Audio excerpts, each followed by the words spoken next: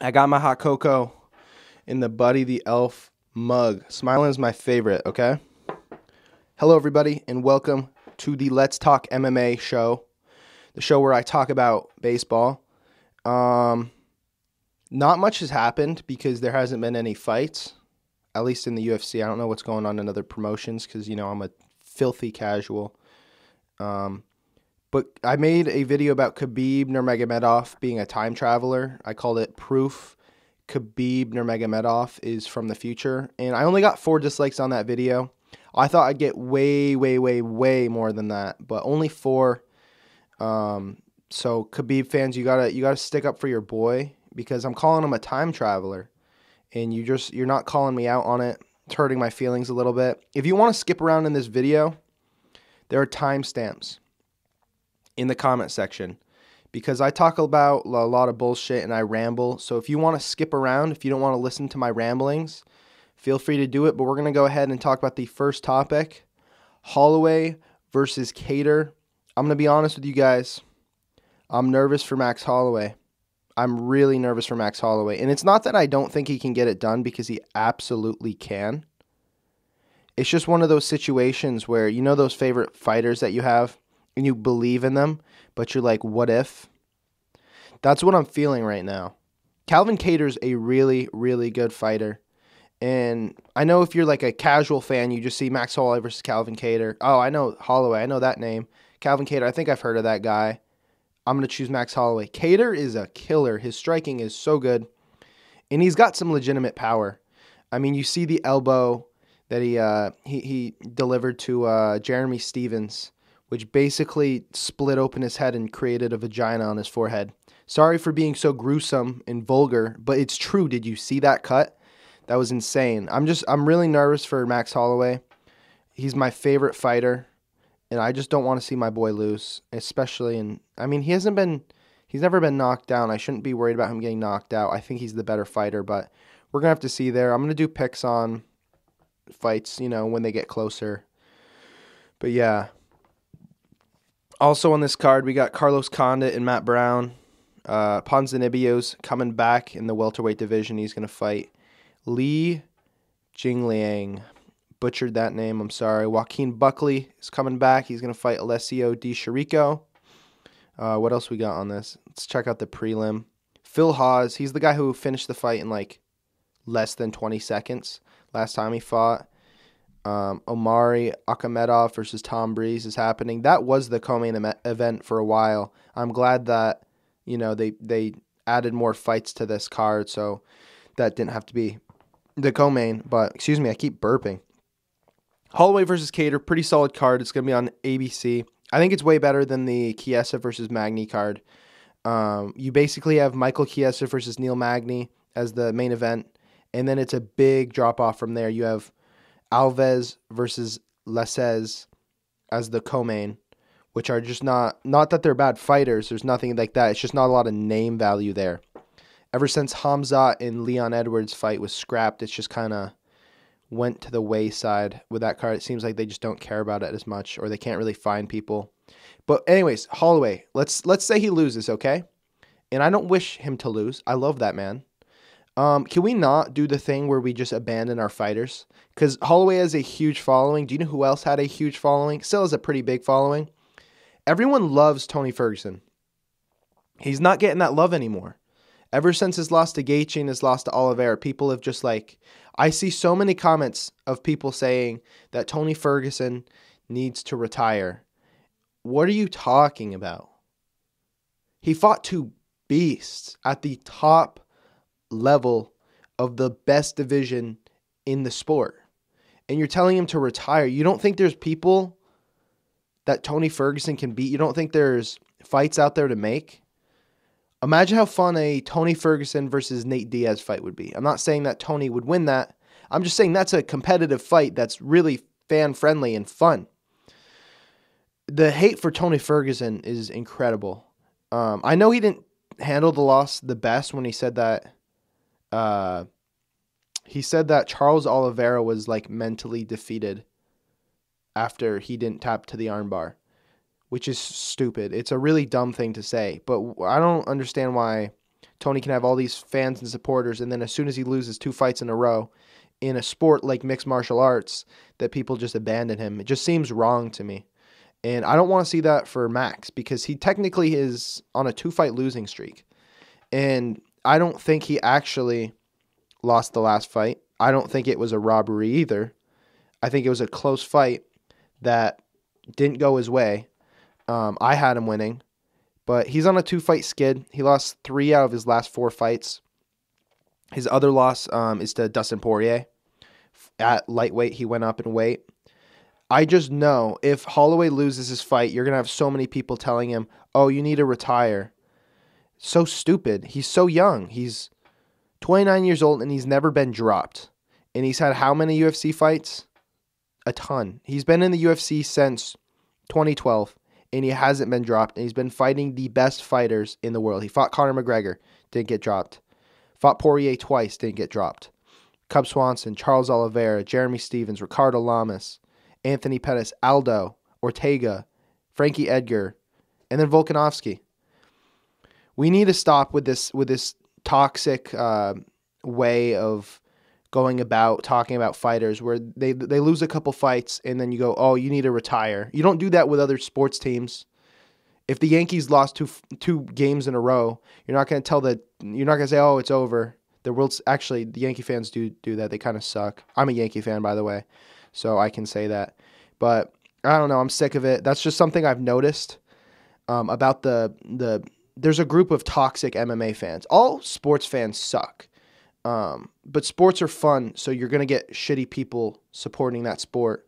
And then there's a big amount of MMA fans who just suck, dude. Not you guys, though. Anyone listening to this is awesome. But don't do that to Holloway. Come on. And I don't know why I'm saying this like Holloway's going to lose. Like, he's probably the favorite to win that fight. I think he's going to win that fight. I just know there's a chance of him losing, and I don't want to hear that. Okay, I got that off my chest. I'm sorry. I just went on a rant there. But it's just something that bothers me. Let's move on to our second topic, UFC 257. Conor McGregor versus Dustin Poirier isn't going to be for the title, but whoever wins this fight, Dana White says, is going to fight for the title.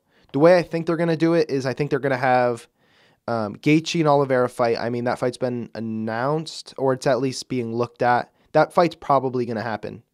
Especially with Chandler fighting Hooker on UFC 257. Pretty sure Gaethje and Oliveira are going to fight. Conor versus Dustin's going to happen.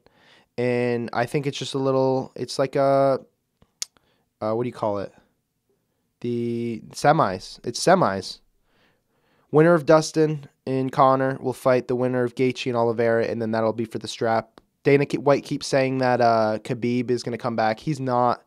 Khabib says he's not coming back. He's not. He's a time traveler, so he knows the future. He knows he's not coming back. He's not going to. We got to give up on Khabib. Let the man retire. Let him do whatever he wants. The dude's honest. When he says something, he means it, and he's usually right. Did you guys see that interview? You should check this out if you haven't seen it. Dustin Poirier went on and did a podcast with Theo Von. And Theo Von asked him the stupidest question ever. By the way, I like Theo Von. Theo Von's really, really funny. Theo Von asked him if you basically, I don't remember the exact wording, and I don't want to misrepresent Theo, but he basically asked Poirier if he would kill Conor McGregor. He's like, do you want to kill him? I don't know the exact quote, but who asks that? And Poirier just kind of shook it off. He's like, no, that's not the goal. I don't want to kill anyone. Thank God they answered it that way, because we recently had a UFC fighter kill someone, or at least attempt to kill someone. And that's not cool. That guy has some serious mental issues. I'm sure you've heard about it now. If you're watching a show like this, you've definitely heard about that already. But yeah, it's crazy. UFC 257 is going to have fans in the stands. Chandler versus Hooker is the co-main event. We got a little lightweight tournament going on. Let's take a look at this card because it's pretty good.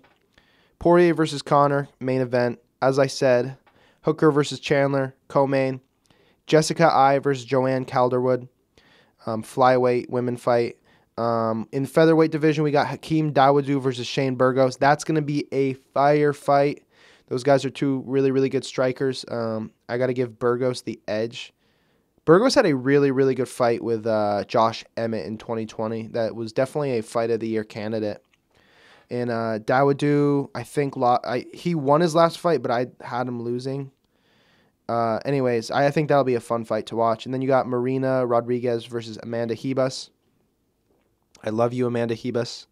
But Marina Rodriguez is a killer, so look out for that. That'll be fun. I want to see if I don't think they have any prelims out yet for us to view.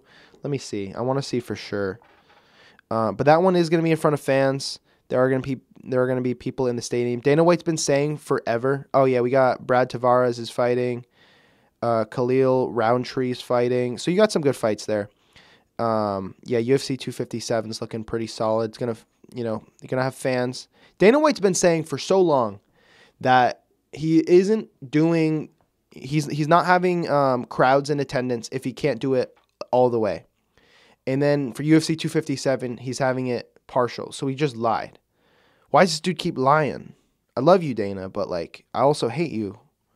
I don't know, man. There's a meme about that where it's like you love Dana White, but you also hate him. It's so true. He does something so crazy, and then he always like makes up for it. And then you're like, okay, Dana, you're a good president now. But yeah. Speaking of Dana White, this is a good transition to our next topic. Illegal MMA streaming. Dana White, commented on this. I have to find the actual post. But he is not all about the illegal streaming. Obviously, why would he be? And it reminds me of that moment with Brendan Schaub when he talked about like the Reddit post that has had all the streams for all the fights, and that subreddit got shut down. And recently, I think I'm gonna say it just because no one listens to this show. Crack streams also got shut down. So if you want to watch fights, you actually have to pay for fights, which I've been doing. I don't want you to think that I'm making content about, something that I just rip off. But he says he's got something planned. I want to find the actual tweet. Can I find it? Or is it a comment or something? Oh, here it is. Shut up, Jake Paul. I hate that I keep going on these MMA news pages and freaking Jake Paul keeps showing up. Of course, I have been making Jake Paul videos, so. Someone said, can't wait to pirate the fuck out of this. Thanks, Dana. I'm excited. Dana responded, said, and I can't wait to catch you. Got a surprise for you motherfuckers this year. Dana White's a scary man. If Dana White commented that on my post, I'd think that he's watching me. Just because, like, what does he have planned? What can he do to stop this? Because it's going to happen no matter what. You're going to have illegal streamers. It's going to happen. But I read an article about, like, the laws changing on that. Something about you can be locked up for 10 years for, I think it's if you host an illegal stream. So to all those people in my live streams, when I did the UFC 256 live stream, all the people asking me to get a mirror or show the actual fight, leave me alone because I don't want to go to jail for 10 years. That doesn't sound like a good use of my time, personally. Yeah, dude. So I guess, stream all the illegal MMA stuff that you want now because pretty soon it sounds like it's going to be shut down. This is a battle that I wouldn't be surprised that Dana White, drags out in fights. But it's just kind of weird that made news headlines in the MMA world. But, let's talk about UFC 259 now. This card is absolutely stacked. This will probably be the best card of 2021. I know it's early. I know this is only in March 6th of 2021. But you got Jan Blachowicz versus Israel Adesanya. Adesanya is going up in weight to fight Jan for the light heavyweight strap. Feel bad for Glover Teixeira here. Or is it Glover Teixeira? I think it's Glover, and I always want to say Glover. But poor Teixeira, dude. Like, he totally deserves it. He's an older gentleman. He doesn't have much time left in this sport. He's only got a couple years left max. And Adesanya's coming up. Not that Adesanya doesn't deserve it. I just think that Teixeira deserves it more. You got 3 title fights on this card. Nunes versus Anderson, which is basically a sacrifice because it's Amanda Nunes, the greatest female fighter of all time, other than possibly Valentina Shevchenko. Good luck to Megan Anderson. I know I made a TikTok that was really hard in the paint and basically said that what I just said, that it was a sacrifice and that this is a scary fight for her. But it's one of those situations where whoever fights Amanda Nunes, you just know is going to lose because she's that good. We need to see Nunes versus Valentina in 2021. We need to see this because it's almost not fair to put these fighters up against other competition. They're too good. They're too elite. But I could be wrong. Megan Anderson could win. I love an underdog story. And I sound like a real asshole right now, just completely not giving her any shot. But what do I know? I'm just a dude in my basement, with a freaking Buddy the Elf mug, drinking hot cocoa, talking about fights. So, yeah.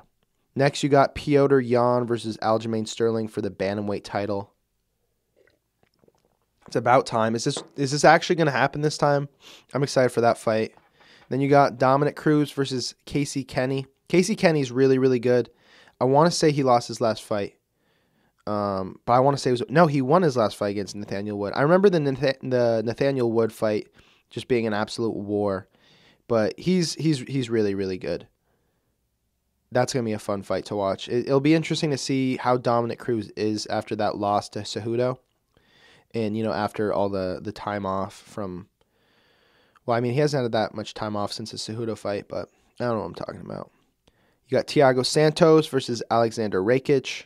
That's a good matchup. I still can't believe Thiago Santos lost to Glover Teixeira. Teixeira gets it done, dudes. Like, he gets rocked, he comes back, he wins the fight. Same thing with Anthony Smith. Joseph Benavidez is returning against Askar Askarov. Benavidez is going to be one of those guys, I hate to say it, gatekeeper. I know that sucks because he wants to be the champion of the world. But the UFC is just going to keep handing him fight after fight that are just super tough for him. And he's got to stay afloat. He's got to try to win these fights because Askarov's really, really, really good. He had a draw with Brandon Moreno, who had a draw with Davison Figueiredo. So, yeah, I think Askarov's going to be fighting for the title soon here, unless Joey B can, derail that hype train.